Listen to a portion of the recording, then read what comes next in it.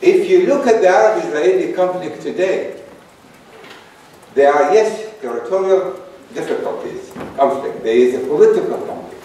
But there is also the psychological dimension of the conflict that has never really been addressed very carefully. And who understands that psychological underpinning of the conflict better than Jews from Arab lands?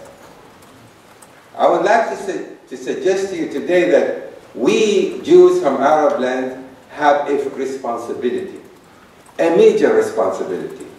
We have heard wonderful presentations made about the past. We have heard many wonderful stories. But we should have also beginning to have to build memories for the future. What sort of legacy are we going to leave to our children? What sort of message are we going to send to our kids and their kids?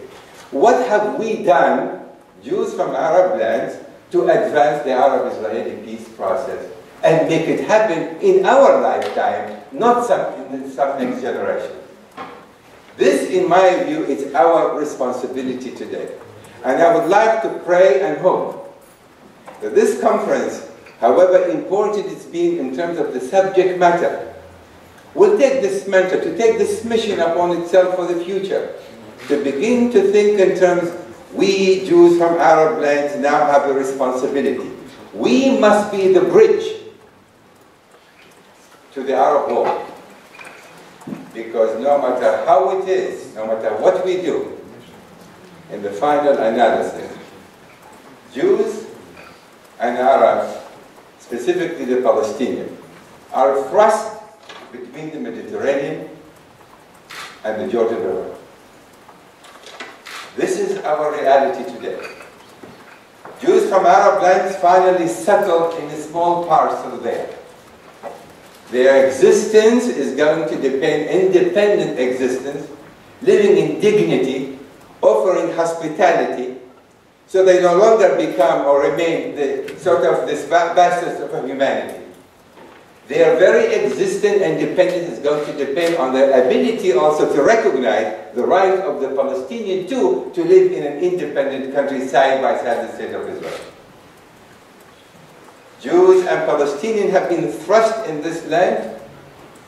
They have been ordained by politics, by circumstances, by God, to coexist in this small parcel of land. It is now our choice. What sort of a coexistence do we support? Do we want to live in peace with our brothers, the Muslims, the Arabs, or do we want to continue to kill each other to the end of time? This land, Palestine, or if we call it the land of Israel, is being referred to, biblically speaking, as the land of milk and honey. And sometimes it's being referred to as the land that consumes its inhabitants. And how do you reconcile between the two? And the truth of the matter, I believe it was Maimonides who said, it all depends on how the people in this land eventually live, and how do they coexist. If they live with one another, if they live peacefully, if they embrace each other, then this land will become the land of milk and honey.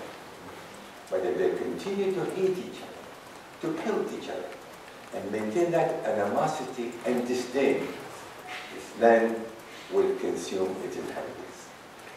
I honestly believe, and I say this to you from the bottom of my heart, we Jews from Arab land have a specific responsibility to ensure that Israel and the Arab world can live in peace, and that we act as the bridge to make that coexistence possible. So the land of Israel will become truly the land of milk and honey. Thank you very much.